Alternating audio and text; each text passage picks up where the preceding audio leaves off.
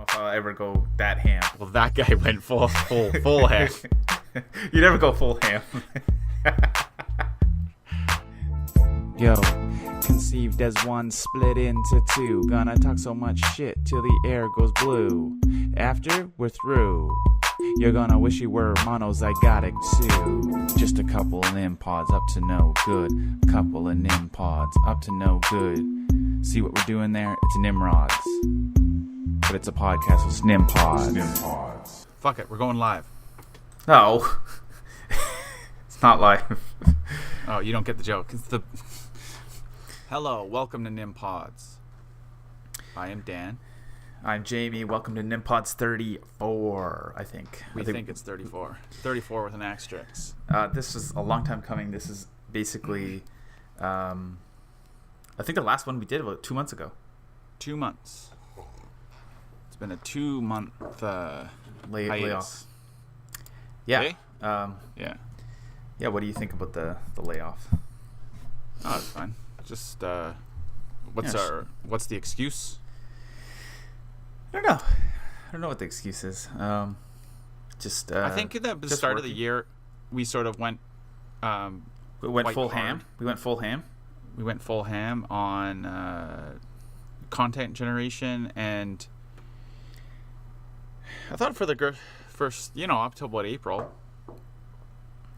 we were, I guess to probably. No, it was about March. We were doing a lot of live streaming in March, and then I just checked that out. And I'm like, what? We were doing those in March? That's like, I know time flies. It's just crazy, like, because it felt like yesterday we were doing those, editing Brain Zone and doing some that robot guy. We can talk about a little bit about the re-editing of an old project of ours from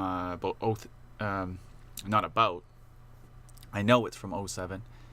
I have a hard time with that. I think we both do that, where we'll say like, oh, I think, or whatever, but like, I know. Oh, it's all I catch myself doing that a lot. I find it very frustrating because it's like it's unconfidence. I think it stems from the unconfidence, and it's just something I'm trying to like. I'm very conscious of it now, very aware of it. I try to. I don't know. I know. Well, I find it interesting. There it is. How you, like, I don't know again. Exactly. I find it very interesting how unconfidence or whatever your confidence level is kind of seeps into everything. I guess that's kind of the sad thing, is if you're so used to being unconfident. Yeah. It works its way into your vocabulary quite easily. But yeah, this old project, which I know we shot in 2007. Yeah, it was the year after Massacre Hill, wasn't it? A year after our first kind of zombie movie. Again, kinda. Well, it was an attempt at a zombie film that we finished. A year later, we attempted to make a kind of sci-fi grindhouse movie. It was a very bizarre kind of mix. Again, it was a short script. I believe we shot, I'm guessing, because I don't know about this number, probably about 70 to 80% of it. Of a script that's 25 pages. Script was pretty short. It was almost an outline. I remember the first time you showed me, and I think you actually ended up making more of a script, but it was like an outline, and you're like, yeah, this is going to be it. And it was literally like, it was a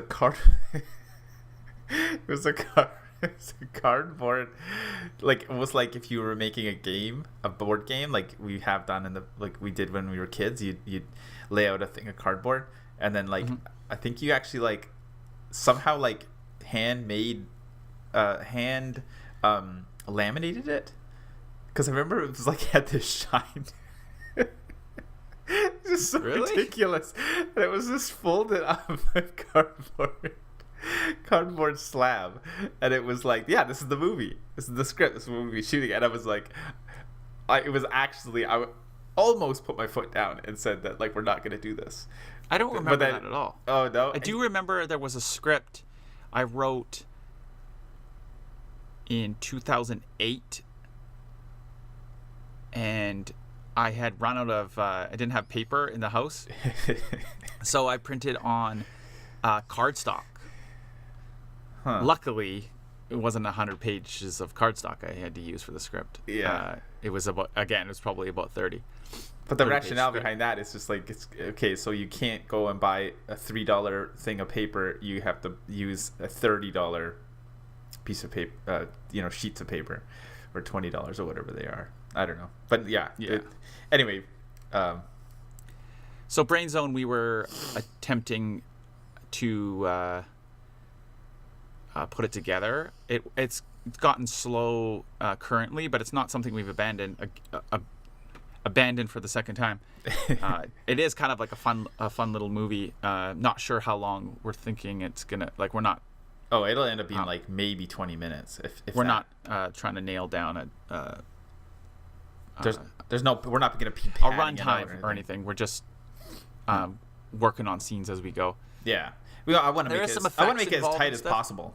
Yeah, but I do like the grindhouse vibe of it, so I really want to kind of like keep that alive. Yeah, if not enhance it with like more visual effects and stuff.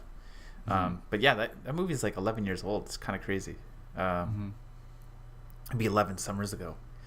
Yeah, so that we've been editing that like on live streams. I mean, we did that on March. I mean, I'm just trying to like catch up with, trying to remember the stuff we've done and not really talked about.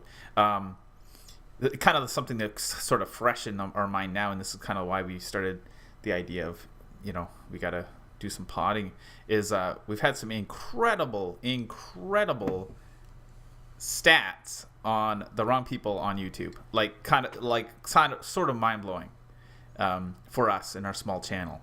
Do you want to maybe elaborate? I got some actual numbers here. Okay, you'll back it up with the actual. Yeah, I'll back it up with numbers, but you talk about what's your thoughts on this? It's like, well, of a sudden kind of like, it's, not to be obsessed with the numbers and stuff, but I mean, it is nice to see a project you worked on for a while, at least getting some views. That's the thing too. I'm not sure what the Jay can give it to us. What the average watch time for Wrong People is? It's just short of 12 minutes. Short of 12 minutes. So I mean, actually, that's our whole channel, but right now the actual watch time is literally making up 99%, and that's not just like it's 99%. It's literally 99% of our watch time is from the movie right now. And the last 99% of the channel's watch time is the Wrong People. And the last feature week, it's been our channel basically is 1 second. It's 11 minutes 59 seconds of watch time, average, which is pretty crazy. I just want to throw out some numbers here because I was like following the numbers. I don't know if you guys remember back when YouTube was doing the kind of the cleanse of the monetization, that whole kind of a apocalypse thing. We were so close to making the yearly. I mean, this is getting a little technical and kind of nerdy, but you needed 240,000 minutes in 1 year, so 12 months. We were super close to when that cutoff date, but we didn't make it actually. And it was around 200. I think we ended up with like 227,000 minutes from the previous year to that date. I forget what the date was. So we didn't make the monetization, so we got all our stuff demonetized, which is fine. We had a whole video about like how we didn't care about that and stuff. Just as in context, because I remember those numbers. In the last 7 days, this is literally, what day is it today? Thursday? Wednesday? Thursday. June 7th. It's June 7th. So from June 1st to the 7th, we've had 213,000 minutes on the Wrong People in 7 days.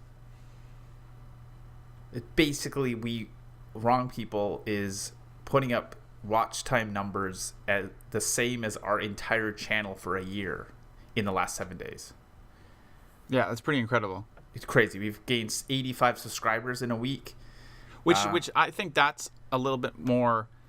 I mean, view counts are great, but whatever happened, if Wrong People was thrown on a bunch of full-length movies, sort of kind of not. I don't want to say spam, but almost kind of like illegal. Well, what like playlists or whatever happened, but yeah, we're still trying to figure out what happened. Having the conversion into, a sprinkling of subs, yeah, is nice because either they're looking. I would love to know what they're looking for, but maybe they're watching the movie and subbing to see more of our stuff, or maybe they're hoping that we can upload some more illegal movies. But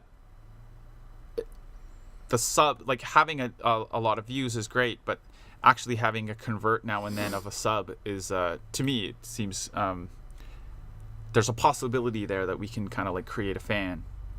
Yeah, which sure. Is encouraging.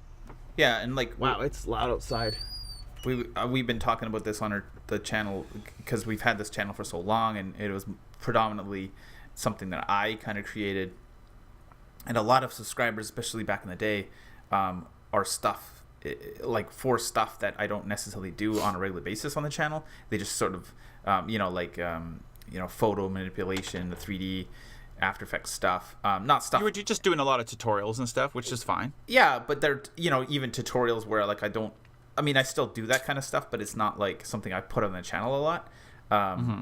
If that makes any sense. But anyway, getting 85 subscribers predominantly from a micro budget feature we stuck on the YouTube is pretty cool because it's like that's kind of like what I want to like. That's sort of the goal. Like get creative. That's the end game. Yeah. Well, I mean, there's never an end game, but no. Well, what I mean is that's the. If we could create fans or like subscribers that like are looking for like micro budget. The stuff like the style of stuff we make, low budget, no budget features or even shorts and stuff, and get behind our stuff. That's totally, that's like an A+. So anyway, so the numbers have been crazy, and like it says 200 videos in playlists. I don't know exactly what that means, but I think that's really like that's where it really happened. Is somebody? I mean, we still haven't really nailed it down, but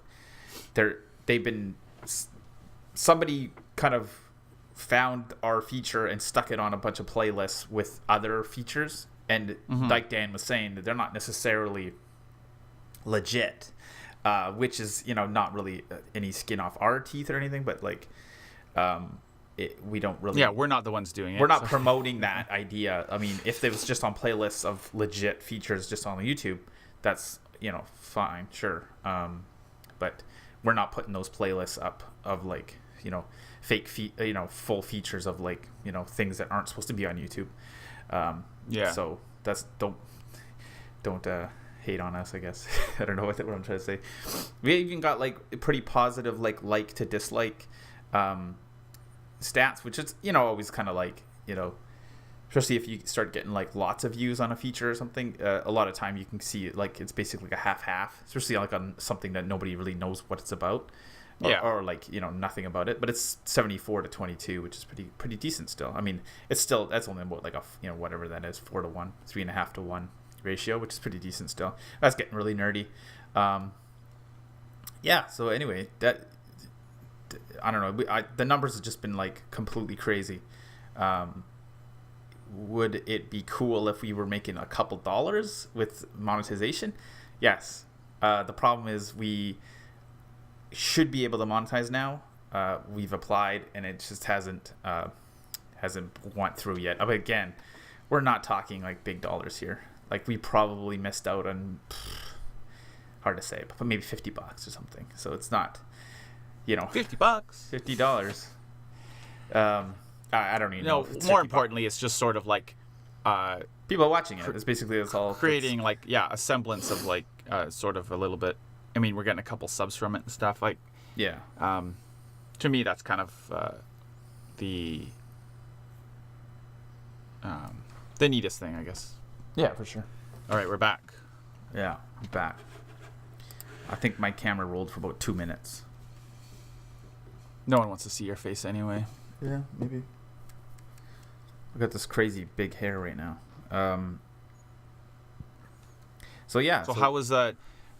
You were worked on a big extra day on a Story Hive movie, The Wrestler. Are we allowed to talk about that? Oh yeah. A friend of our, Michael Chen, who's he seems to win a lot of these Story Hive things now. He's a winner. You know, he's a winner. He wins a lot of. Oh, he's doing good. He's good. He's made a lot of award-winning shorts and stuff, and he wrote this short. It was 8 or 9 minutes, I think it's gonna be. It's called The Wrestler, and helped shoot. Just kind of I didn't really end up doing a lot. Kind of useless. But Production assistant. Yeah, if that. And it was a big day though. It was like we basically it was kind of like the biggest day of shooting, where it had like 200 extras. Well, 200 were expected. I think it ended up being about 120 showed up. That's pretty cool. A lot of like fans at this wrestling, kind of like a low rent wrestling league fight, or basically thing. It was pretty cool. Like choreographed little wrestle scenes and stuff. I mean, they were pretty short scenes overall, but that was cool. Yeah, it's really neat. It hopefully, see the finished product. Should be pretty cool actually. Yeah, not really much else I can say about that. It was cool. It was fun. What else have we done? There's things we're missing. You basically quit your hospital job. Oh yeah, that was a while ago now. Yeah, but I don't think we've talked about it. On the podcast, I think we have. Anyway, Jay is pretty much like freelance. He's a freelance editor. Yeah, I've went full into an independent freelance life, but just been fun. But also, it's always it's hard, struggles. It's not, that's why most people don't do it. The job's pretty safe, and I mean, whatever. It's what it is. It's I just decided that it's not I kind of really taken hate to be kind of zen-y or whatever, but you really only live once, and YOLO. Yeah, so I'm going full ham. I was just editing a video, and they were making fun of this guy saying everything was, they went ham on it. So it's seeping into the Nimpods. Went John Ham. John Ham, yeah. Yeah, this podcast totally the one that went ham. No, it's been pretty. I mean, essentially, I'm I guess more than full-time editor. I basically just do. And it's funny how much like whoring you do as an independent worker, like freelance. You kind of like, you just basically, I don't know, but I kind of did this independent freelance life about 10 years ago, for almost a year, kind of just before I went to school to do my job that I didn't want to do. Mm-hmm. And it was really tough, but it was because, and I think I've been a lot more successful this time because I've kind of chased what I enjoy more, over who's going to give me $100, if that makes any sense. And if there's any kind of like advice, and this is coming from like somebody who doesn't know what the hell he's doing, is try as hard as you can to do things that you actually enjoy, at least, like a lot more than just for the money. Yeah, and then you end up actually making more money, I find. That's definitely been on my thing. It'll like show up in your work. It'll show up in your drive, because there's going to be times where it's going to be really dry, and you better like what you're doing. Yeah, absolutely. Where there's definitely times when it's like, I've got to like edit 5 videos in 5 days in a row or on the weekends and stuff, and it's like, oh man, but then it's like, well, like I'm editing, I'm putting a story together. It's not like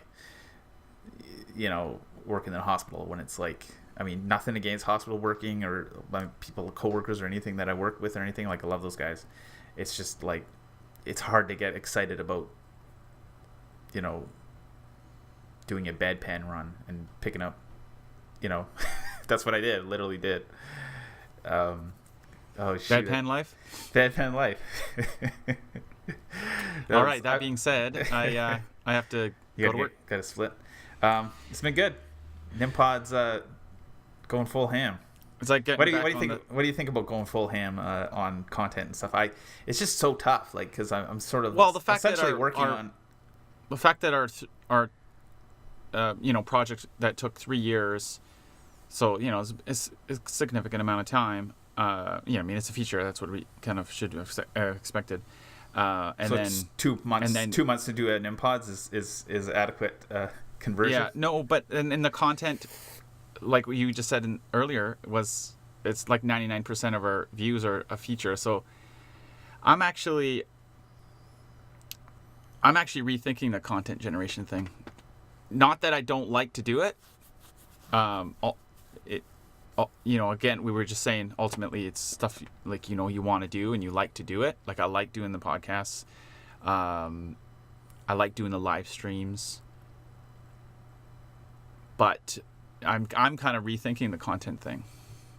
There's something that we're not doing right, because you look at anything that's not, like, all our videos have, they're lucky to have 100 views. Like triple digits. Yeah, but I don't know. I don't think you're going to convince me that making more content is bad. No, I didn't say that. I'm just saying I'm rethinking that idea. I'm not trying to say I'm rethinking to reduce the work, but I'd like to figure out a little bit more about why is that happening? Which I like, a video that's got only 100 views is fine, but it doesn't give me a lot of, encouragement to keep going with that model. Right? Yeah. I think my camera died again. So breaking that camera. That camera is not going full ham. No, it's definitely not going full ham. It's half a ham. Like a little... Yeah, it's a piece of bacon, or one little piece of bacon. It's one that's shriveled up when it's like, it's not it's not like a full piece of bacon. It's sort of like the one you give to the dog. I was just on Reddit, and I was reading this story. It's an AMA, like an Ask Me Anything. I'm not sure if you're aware of that, because you don't go on Reddit. I'm aware of AMA. Oh, okay. Because I'm a big hipster. This guy, he was in a motorbike accident, and a car ran over his leg, and he, oh my god, he ate his leg, took a chunk out of it, and had a brunch, and made foot tacos. Why? With his buddies, really close friends. They had to be really close friends. Why? I don't know. Why would you eat your leg? I don't know. He said it was really had very, very little fat. He said it was actually pretty good. He said better than a burger. Wow, I don't know if I'll ever go that ham. Well, that guy went full ham. You never go full ham. All right. So I think that's an out. That's a good out. I'm Dan. I'm Jamie. You're listening to...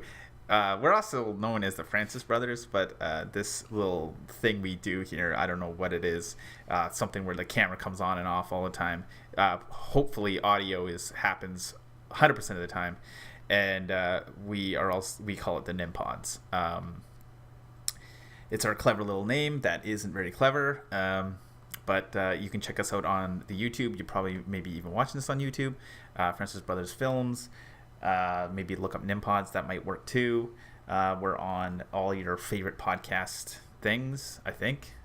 iTunes We're not at your least. favorite podcast, but we're on your favorite podcast platform. Exactly. If you add us to your favorite podcast playlist, even just to entertain us.